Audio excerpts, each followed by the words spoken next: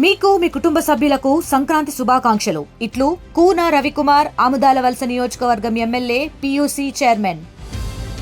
భోగి అంటేనే చెడుని ప్రాలదోరి కొత్తదనాన్ని వెలుగులోకి తీసుకురాలే ఒక పండుగ. అందుకే ఈ భోగి పండుగను పెద్ద ఎత్తున కూడా చేసుకుంటారు. అలాగే విజయవాడలో కూడా మనం గాని చూసుకుంటే ఏకంగా ఎంపీ కుటుంబ సభ్యులు మొత్తం మీద అందరూ కూడా కలిసి ఈ భోగి ఉత్సవాల్ని ఎంతో ఘనంగా నిర్వహిస్తున్న పరిస్థితి అయితే మనం ఉంది. ఆయన మాట్లాడే ప్రయత్నం అయితే చేద్దాం. సార్, ఓవరాల్‌గా సరే, చాలా గ్రాండ్‌గా జరుగుతోంది.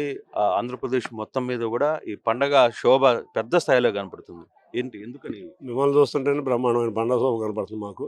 తప్పకుండా రాష్ట్ర ప్రభుత్వం అధికారంలోకి వచ్చినాక రాష్ట్రం అంతా పండగ వాతావరణం నెలకొంది. అందరికీ కూడా చాలా ఆనందమైన విషయం.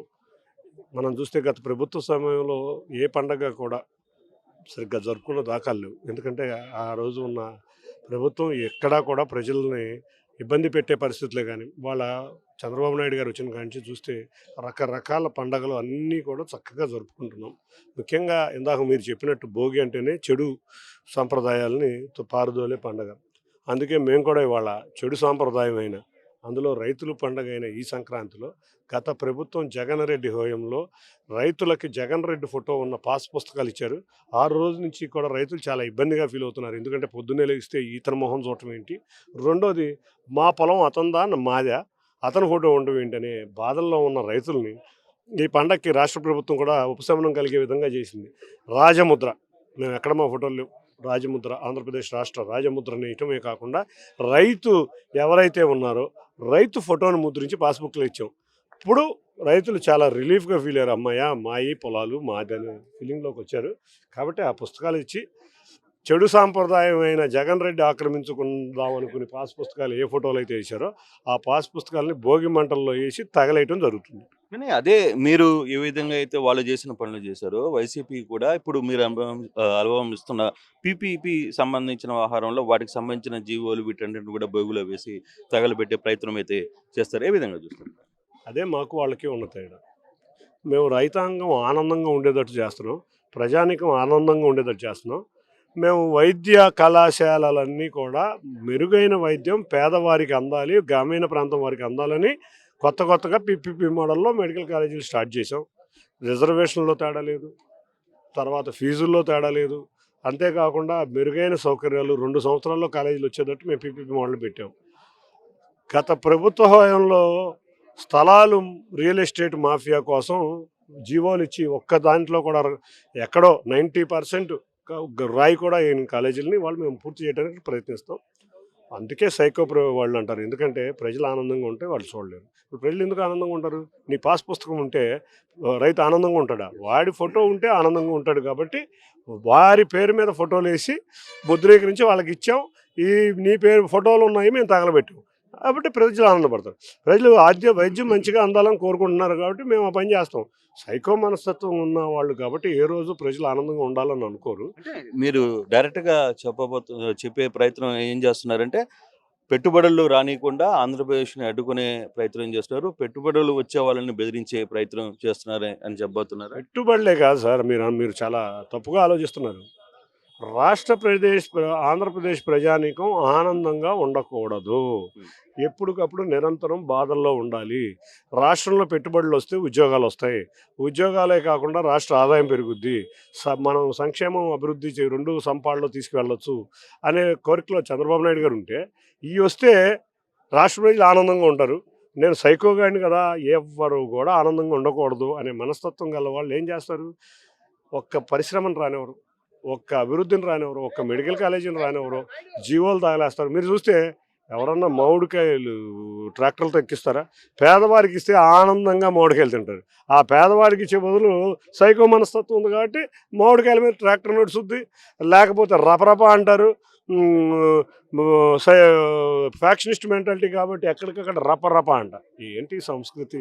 ప్రశాంతంగా పండగ చేసుకోవాల్సిన చోట రపరపలోను, హత్యలు, కుట్ర రాజకీయాల డ్రామాలు ఎన్ని డ్రామాలు చూసామంటే రోజు.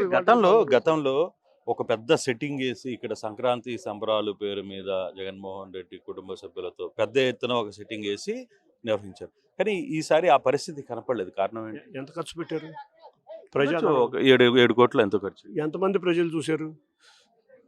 తందానే అనే వ్యక్తులు ఒక 100 మంది కోసం ఓ భారీ సెట్టింగ్ వేసి అక్కడ కూడా కొంత మతాన్ని అవమానించే విధంగా బిహేవ్ చేసి ఒక సెట్టింగ్లో 100 మందికి. మేమేం చేస్తున్నాం? ప్రజలు వాలంటరీగా సొంత డబ్బులు వేసుకుని ఒక పండగ వాతావరణంలో రాష్ట్రం నలుమూల, విజయవాడ చూస్తే విజయవాడలో 100 చోట్ల ఈ పండుగ జరుగుతుంది. అన్ని రాష్ట్రం నలుమూల ఎక్కడా కూడా ప్రభుత్వం మీద ఆధారపడకుండా మేము చేస్తే ఆ సెట్టింగ్కి డబ్బులు తీసేసుకుంటారు. ఆ రోజు 100 మంది కూడా లేరు. ఆ రోజు ఏం చేశారు? ప్రజాధనాన్ని వృధా చేస్తారు. మీరు ప్యాలెస్లు కట్టుకుంటానికి, లేకపోతే మీ షో పుటప్స్కే తప్పితే మేము ఇవాళ స్వచ్ఛందంగా ప్రజలు చేస్తున్నారు. అట్లాంటివి కూడా వాళ్ళకి ఇష్టం ఉండదు. కాబట్టి వాళ్ళు ఎప్పుడు సైకో మనస్తత్వం గలవాళ్ళు. కానీ ఈసారి ఎక్కడ జగన్ కుటుంబంలో కావచ్చు ఎక్కడ భోగి ఆనవాళ్ళు ఎక్కడ కనపడలేదు. ఎందుకని అంటారు? చెప్పే కదా, డ్రామా. అధికారంలో ఉన్నప్పుడు ఒక డ్రామా, అధికారంలో లేకపోతే వీళ్ళు ఓడిచ్చారని చెప్పి. మీరు ఒక విషయం, మీరు భోగి అంటున్నారు, మేము క్రిస్మస్ వేడుకలు చేస్తాం. 2014 నుంచి 19 వరకు చేసాం. మళ్ళీ తర్వాత కూడా చేసాం. మేము రంజాన్ వేడుకలు చేస్తాం. మేము అన్నీ కూడా మత సామరస్యంగా అన్నీ చేస్తాం. అతను ఏది పాల్గొండు. అతను ఒక దైవాంశ సంభూతుడిలాగా ప్రజలందరూ నన్ను పూజించాలి, నేను ఒక దేవుణ్ణి, నేనే జీసస్ని, నేనే అల్లాని, నేనే రాముణ్ణి అనే స్టైల్లో ఫీల్ అయ్యే వ్యక్తులు వాళ్ళు. కాబట్టి వాళ్ళు దేవుళ్ళని కూడా పూజిస్తారు. ఎవ్వరు ఏ మతాన్ని కూడా గౌరవించే వ్యక్తులు కాదు వాళ్ళు. మనం మత సాంప్రదాయాన్ని పెంపొందించాలి. ఎక్కడ కులమత ఘర్షణ లేకుండా చూడాలి. చక్కటి పండగ వాతావరణం. మీరు విజయవాడ చూస్తే విజయవాడ కొన్న గొప్పతనం ఏంటంటే, విజయవాడ పార్లమెంట్ నియోజకవర్గం మీద మొత్తం మీద క్రైస్తవులు, ముస్లింలు, హిందువులు పండుగలు చేసుకుంటారు. హిందువులు క్రిస్మస్ గ్రాండ్గా జరుపుకుంటారు. అట్లాగే హిందువులు, క్రిస్టియన్స్ వెళ్ళి రంజాన్ జరుపుకుంటారు. ఇటువంటి విశిష్ట ప్రదేశం ఎన్టీఆర్ జిల్లాలో ఉండటం మా అదృష్టం. అంత మత సామరస్యం ఉండే ఈ ప్రాంతంలో చక్కగా అందరం జరుపుకున్నాం. ఇదే ప్రాంతంలో మేము రంజాన్ వేడుకలు చేసాం, క్రిస్మస్ వేడుకలు చేసాం, ఇప్పుడు సంక్రాంతి వేడుకలు చేస్తాం. అది మా యొక్క గొప్పతనం, మా ప్రజల యొక్క గొప్పతనం. ప్రభుత్వం మీద ఆధారపడకుండా చేస్తాం, అది కూడా చెప్తున్నాం. కానీ ఈసారి కోడి పందాల పేరు మీద బరువులు పెద్ద ఎత్తున గతంలో కంటే కూడా ఈసారి మొత్తం రాష్ట్రం మొత్తం మీద దాదాపుగా ఒక 3-4 రెట్లు ఎక్కువ వేస్తున్నారు. కానీ పోలీస్ కంట్రోలింగ్ ఎక్కడా లేదు, పోలీసులకి మామూలు ఇస్తున్నారు అనే ఒక అపవాదు కూడా వస్తుంది.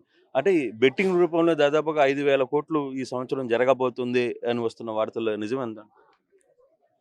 మీరు కూడా మీడియా వారు కొంచెం ఆలోచించండి. మనం సాంప్రదాయాల్ని గౌరవించాలి. ఈ సాంప్రదాయాన్ని గౌరవించే దగ్గర ప్రజా వ్యతిరేకత రాకూడదు.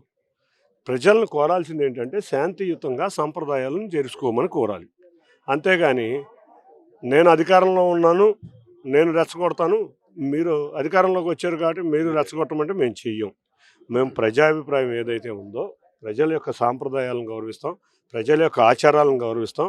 ప్రజాభిష్టం మేరకే ఈ ప్రభుత్వం. ఇది ప్రజాప్రభుత్వం, ఇది నిరంకుశ పాలసీ, నియంత పాలన కాదు. కాబట్టి ఈ ప్రజాప్రభుత్వం ప్రజల యొక్క గౌరవిస్తుంది. రెండోది, ఇదివరకు పండగ వాతావరణం చేసుకోవడానికి ప్రజలు చాలా బాధల్లో ఉన్నారు గత 5 సంవత్సరాలు వాళ్ళ ప్రభుత్వం. మా ప్రభుత్వం అధికారంలోకి రాగానే పండగ వాతావరణం నెలకొని ఉంది. పండగలు బ్రహ్మాండంగా జరుపుకుని ఒక చక్కటి వాతావరణం. మనం చూస్తే పండగలు కానీ ఫెస్టివల్ కానీ ఎందుకు పెడతాం?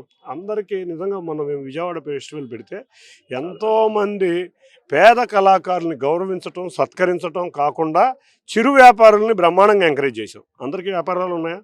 పండగలు జరుపుకుంటాం అంటే అందరికీ ఇప్పుడు తీర్థం అని చేస్తూ ఉంటారు ఈస్ట్ గోదావరిలో. ఎంతమంది చిరు వ్యాపారులు వస్తుంది. నేను చూస్తే మేము విజయవాడ ఉత్సవంలో లాగా ఇప్పుడు చూస్తే అక్కడ పడవ పోటీలు పెట్టారు, గరగరలు, ఇటువంటి ఎంతోమంది రోజువారీ వృత్తి మీద ఆధారపడి కళలు కనుమరుగయ్యే ప్రాంతంలో కళలను అభివృద్ధి చేసే విధంగా మేము చేస్తాం. మనం కేరళకి వెళ్తే ఓల్డ్ ట్రెడిషన్స్ అన్నీ కూడా బ్రహ్మాండంగా ఉంటాయి. మేమేం చేస్తున్నాం? అదే ఓల్డ్ ట్రెడిషన్స్ని మళ్ళీ లైన్లో తీసుకొచ్చి పేద కళాకారులు ఎన్నో సంవత్సరాలు మరుగున పడిపోయిన తోలుబొమ్మలు 110 మనం విజయవాడ ఉత్సవంలో చూస్తే 110 సంవత్సరాల తోలుబొమ్మలాట్ల వాళ్ళు వచ్చారు.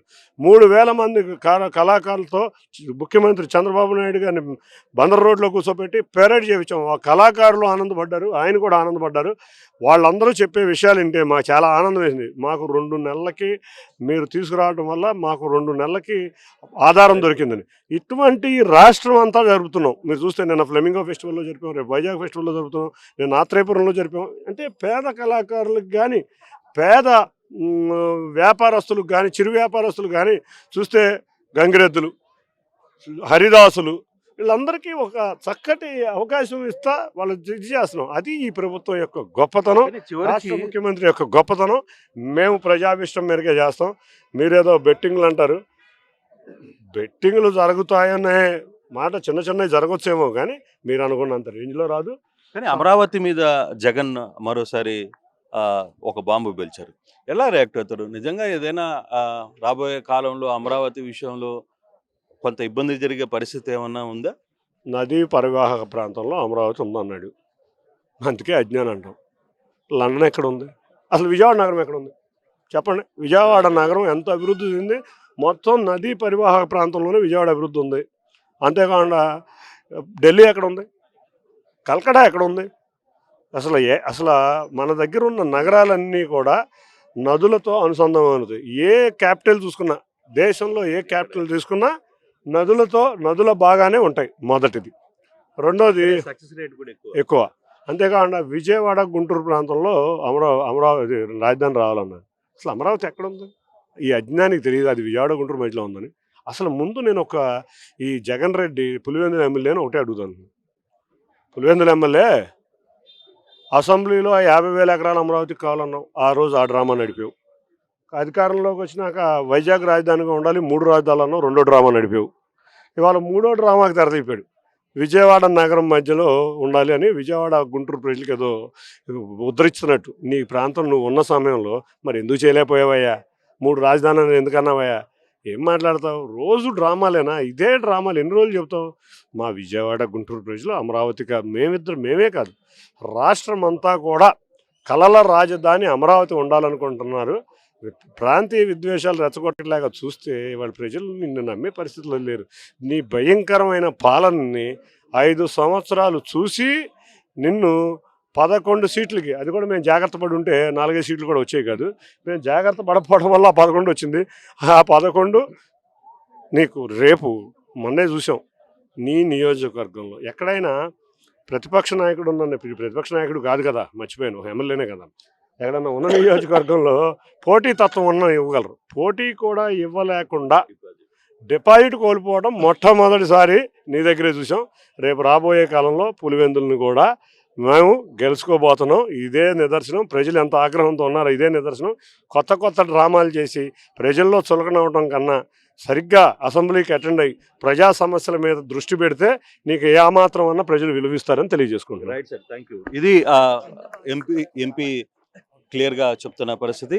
సంక్రాంతి సందర్భంగా ఇక్కడ అన్ని రకాల వ్యక్తులు, అన్ని రకాల మతాలకు సంబంధించిన వ్యక్తులు అందరూ కూడా పెద్ద ఎత్తున ఇక్కడ హాజరయ్యి ఈ సంక్రాంతి సంబరాలని ఎంజాయ్ చేస్తున్న పరిస్థితి అయితే మనం చూస్తున్నాం. Photo studio. Local to global news at your fingertips. మీ చేతిలో ఒక ఆయుధం. Download Raw TV app.